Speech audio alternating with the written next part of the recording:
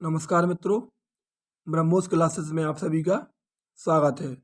SSC GD 2024 की भर्ती संबंधित प्रीवियस ईयर क्वेश्चन पर आधारित आज जीके का प्रैक्टिस सेट नंबर 12 की बात करते हैं।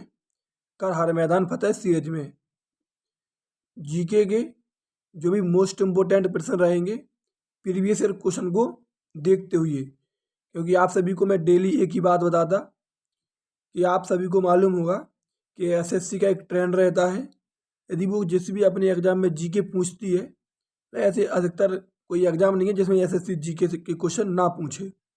तो मिनिमम 25 या 20 क्वेश्चन जिस भी एग्जाम में जितने क्वेश्चन पूछती है, तो उसमें से 12 से 15 क्वेश्चन वो अपनी प्रीवियस क्वेश्चन पर आधारित रखती है या उन्हीं क्वेश्चनों को रिपीट करती रहती है, तो कहीं ना कहीं किसी एग्जाम में पूछे जाते हैं।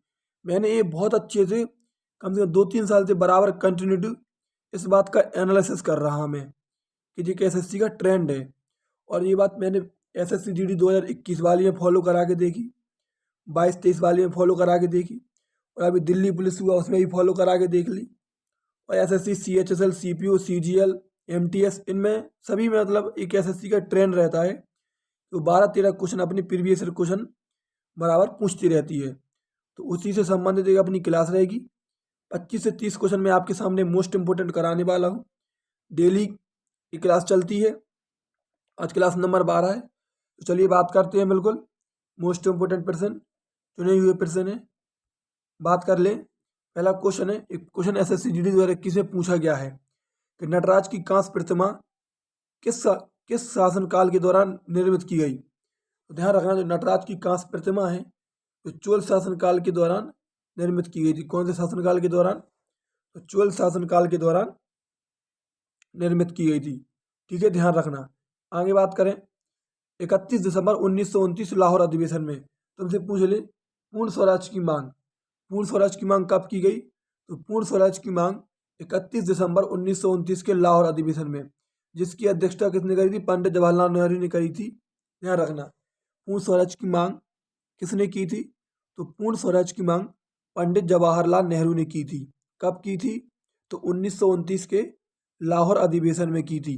ध्यान रखना, 31 दिसंबर 1929 को लाहौर अधिवेशन हुआ, जिसकी अध्यक्षता पंडित जवाहरलाल नेहरू जी ने की और जिसमें पूर्ण स्वराज की मांग की गई। ध्यान रखना। आगे बात करें, बंगाल विभाजन 1905 में हुआ, वायसराय कौन था? तो करजन था।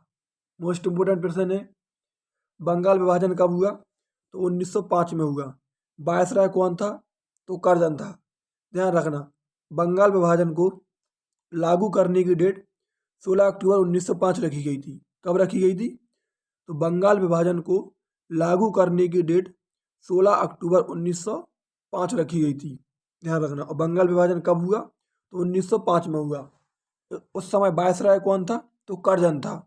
आगे बात करें, भारत छोड़ो आंदोलन 1942 में हुआ, इस समय वायसराय कौन था?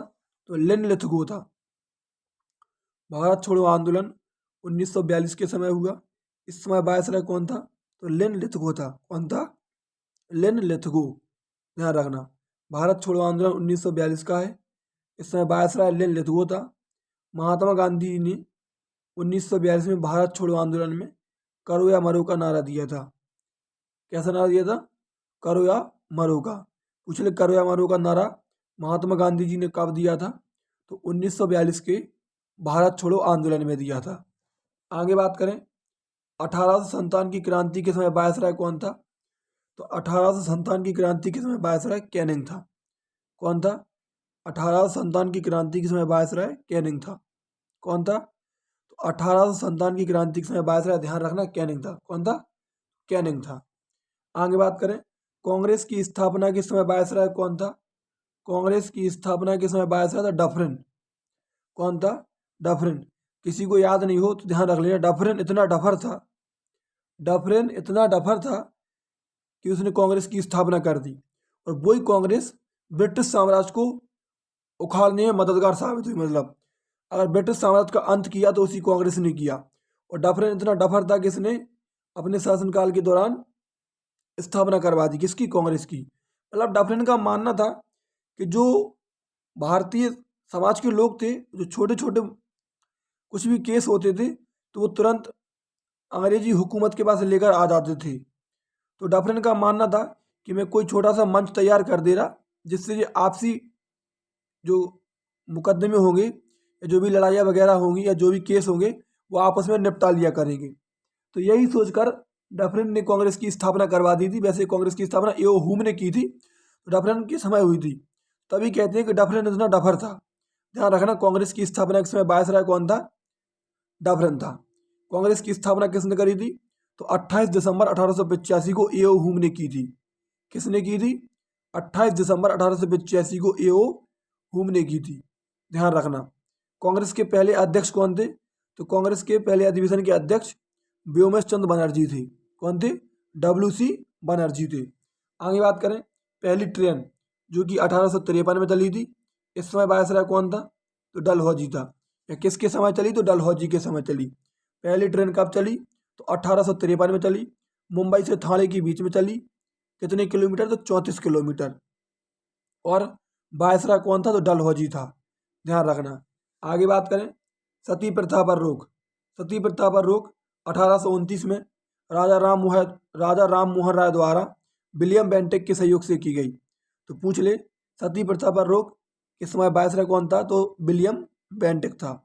भारत में अंग्रेजी शिक्षा का जनक किसे माना जाता? तो भारत में अंग्रेजी शिक्षा का जनक मैकाले को माना जाता। किसको?